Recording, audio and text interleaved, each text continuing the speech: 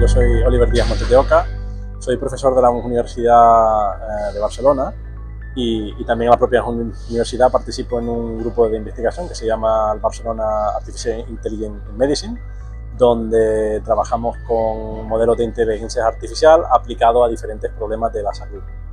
Bueno, yo estudié Ingeniería de Telecomunicaciones en Las Palmas de Gran Canaria y después empecé a trabajar y con los años acabé en la Universidad de Surrey en el Reino Unido,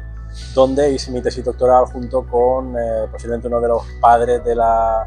dosimetría en mamografía, el doctor David Ans, y ahí empecé a trabajar un poco, a tocar lo que es la parte de la imagen médica, la física médica, y un poco a partir de aquel momento pues ya nunca me he desenganchado, por decirlo así, del mundo de la imagen médica, física médica, y dado que tenía un perfil también bastante técnico, pues me he orientado hacia la inteligencia artificial y siempre y cuando dando soporte y colaborando pues, con diferentes profesionales del ámbito sanitario como son los físicos médicos, radiólogos, técnicos, etc. Comenzamos mi tesis doctoral con un proyecto que trabajaba sobre la energía, sobre la radiación dispersa y a partir de ahí pues vimos cómo eso influía en la detección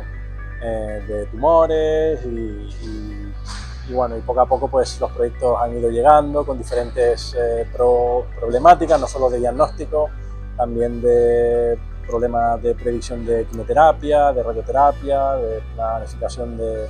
radioterapia, etcétera, etcétera. En la actualidad pues colaboro en varios proyectos, en mi grupo de trabajo me dedico más a coordinar los proyectos de oncología y tenemos varios proyectos vivos, proyectos europeos como el Radioval, donde nos dedicamos a la predicción, en este caso, de tratamientos de cáncer de mama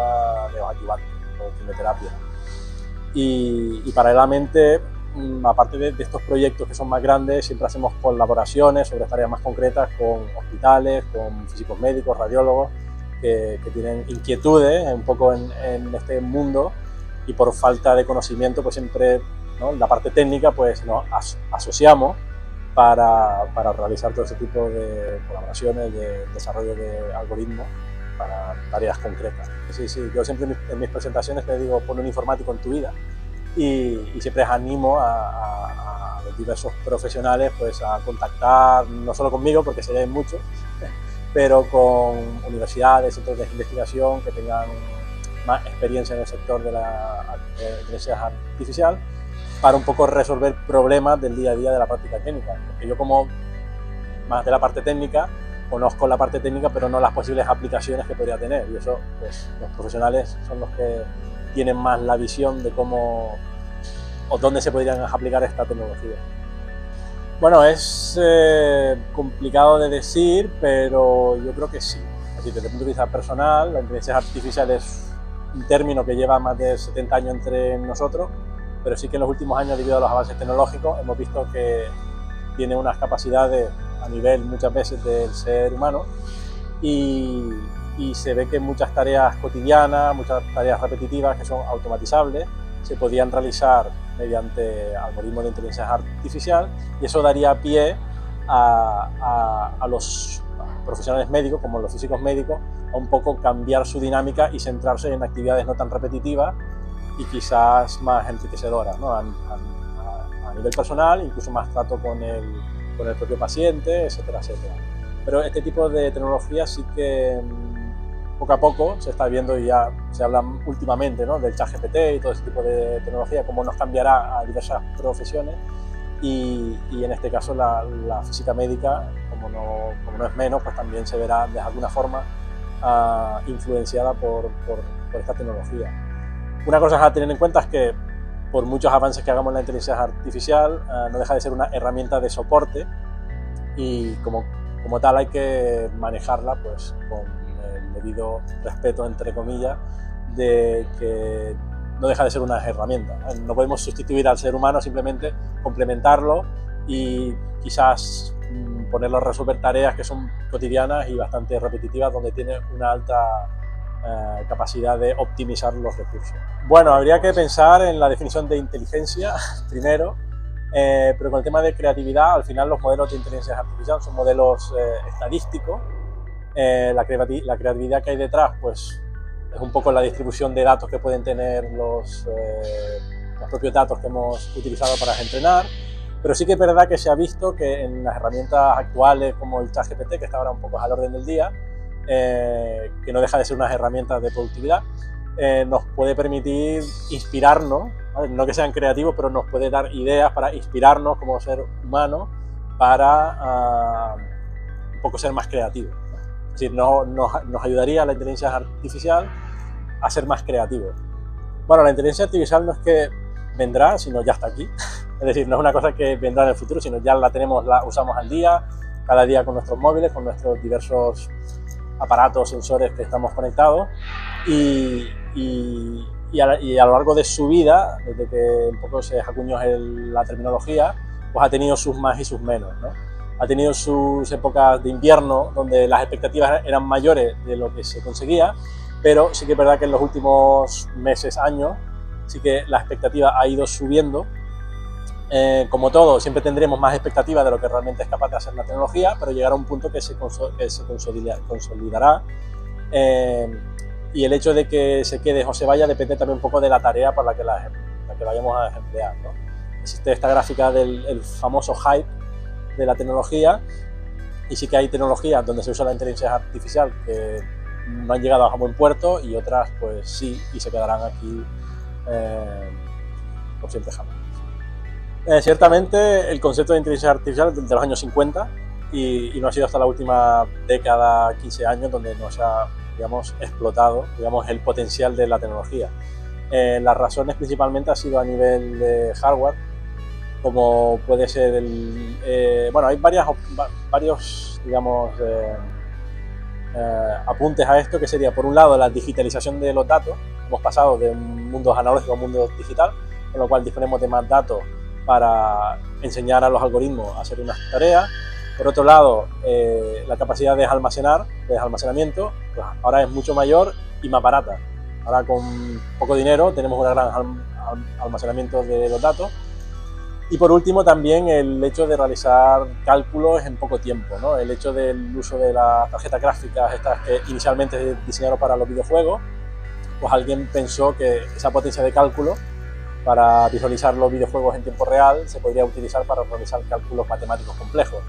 Y un poco estas 3-4 pilares se han juntado y han dado lugar a la explosión de tecnologías como el aprendizaje profundo, donde la propia máquina ya no solo le damos las características, sino puede aprender de cierta manera qué características son las importantes para una tarea determinada. Exacto.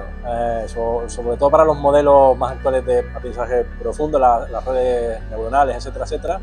pues hacen gran uso de este tipo de hardware, de tecnología, para realizar este entrenamiento de los datos y todos estos modelos. Antiguamente,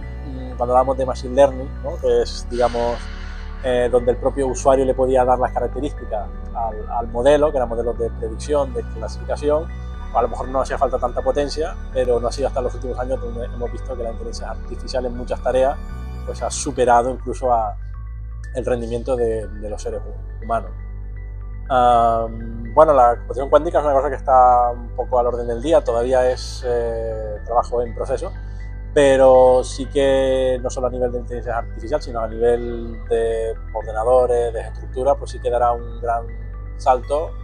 Yo creo que es a nivel de rapidez, tendríamos más rapidez, más capacidad de procesamiento, y todo será pues un crecimiento exponencial de la tecnología, ¿no? Y quizás habrán aplicaciones que todavía no hemos caído, que con esa gran potencial de computación pues nos permitirá realizar en los próximos años o décadas. Se habla de que los grandes así descubrimientos que han cambiado un poco, que han sido bastante impacto en las últimas décadas, hablamos de la aparición del ordenador personal como un gran salto, el acceso a Internet, y ahora se está hablando de que el hecho de los modelos de lenguaje natural, como el ChatGPT, pues harán una gran revolución en el sentido de que cambiará muchos flujos y dinámicas de trabajo. El hecho de la computación cuántica pues ayudará también a avanzar a nivel tecnológico. Desconozco si será ese gran salto, ya que partiremos de grandes ordenadores digamos, que utilicen la computación cuántica en grandes centros de cálculo, y pasarán muchos años quizás hasta que eso se pueda de alguna forma empaquetar en un ordenador que tengamos en casa, ¿no?, de sobremesa. Bueno, destacaría, tenemos varios proyectos en vivo, ¿no? Varios proyectos europeos con diferentes socios, pero cabría destacar y también darle un poco de importancia a colaboraciones estrechas entre centros hospitalarios y investigadores.